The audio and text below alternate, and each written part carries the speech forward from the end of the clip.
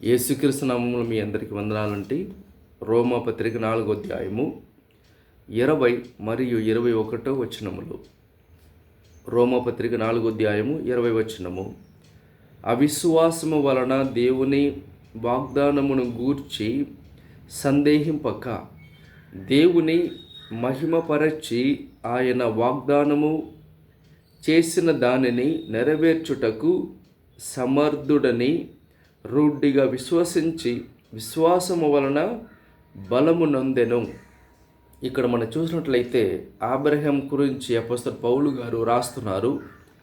ఏమని రాస్తున్నారంటే, అబ్రహాం అవిశ్వాసము వలన దేవుని వాగ్దానమును గూర్చి సందేహింపక, అంటే అబ్రహాము దేవుడు చెప్పిన వాగ్దానం మీద ఎటువంటి సందేహము లేకుండా ముందుకు కొనసాగారు అని రాసి ఉంది.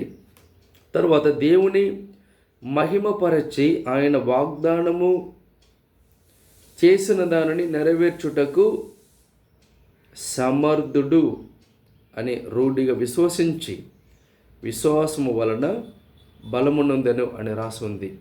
అంటే అబ్రహాము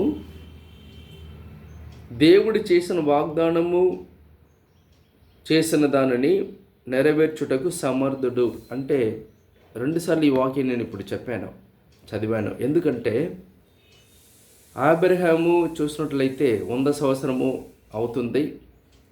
శారా చూస్తే వయసు అయి ఉంది.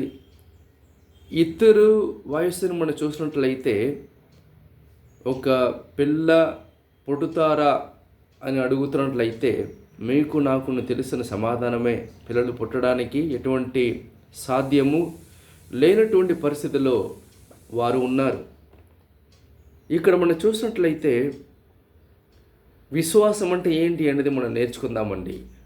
విశ్వాసం అంటే ఏంటి అంటే, అన్నీ మన జీవితంలో అనుకూలమైన స్థితిలో ఉన్నప్పుడు, అన్నీ అనుకూలంగా మన జీవితంలో ఉన్నప్పుడు విశ్వాసముతో దేవునితో కొనసాగడం విశ్వాసం కాదు. అన్నీ మన జీవితంలో అనుకూలంగా ఉన్నప్పుడు మనం అడుగుతుంటాం కదా కొన్నిసార్లు దేవుడితో, ప్రభువా దీన్ని నాకు అనుకూలంగా మార్చు, ఈ విషయాన్ని అనుకూలంగా నాకు మార్చు.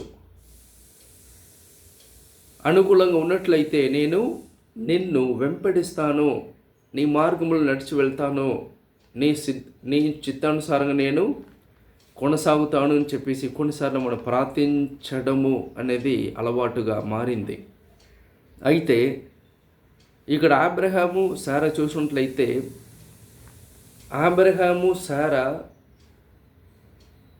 ఏ పరిస్థితులు ఉన్నారంటే, వారు జీవితంలో ప్రతి కార్యము కూడా ప్రతికూలంగానే ఉంది, అనుకూలంగా ఏదీ లేదు.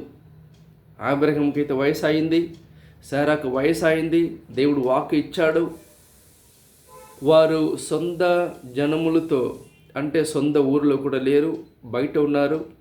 అంటే అన్నీ ప్రతికూలంగా ఉన్న పరిస్థితులు కూడా అబ్రహాము ఏమని రాసుంది, ఆయన విశ్వసించారు అని రాసుంది. దేని మీద విశ్వసించారు?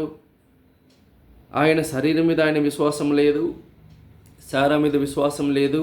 ఆయన సరే దేవుని వాగ్దానం మీద విశ్వసించాడు. ఆయన దేవుడు నమ్మదగిన వాడు, దేవుని కరుణిస్తున్నవాడు, దేవుడు నాతో పాటు ఉన్నాడు, నాలో ఉన్నాడు, నడిపించగల దేవుడు నాతో పాటు ఉన్నాడు, ఆయన పరాక్రమశాలి అని రూఢిగా మనసు పూర్తిగా కేవలం నమ్మారు.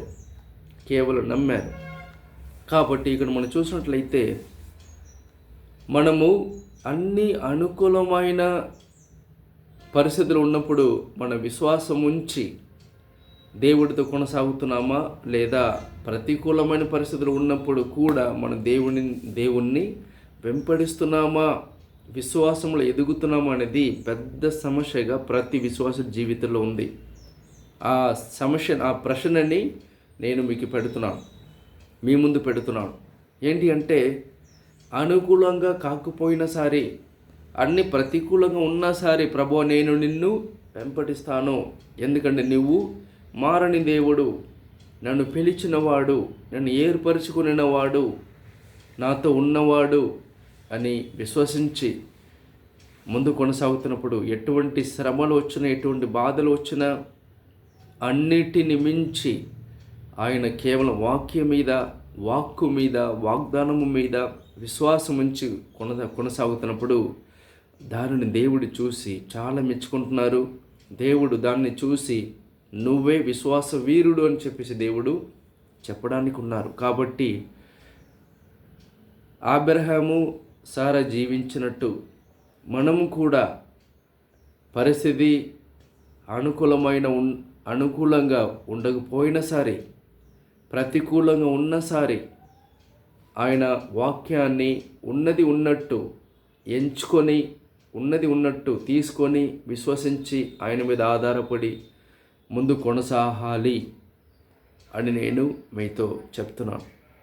అలాగే అబ్రహాము ముందు కొనసాగారు. ఆయన అంటే ఆయన మీద అయితే సందేహాలు బోల్డ్ వచ్చి ఉంటాయండి. అయితే ఇక్కడ ఏమిటి రాసుంది?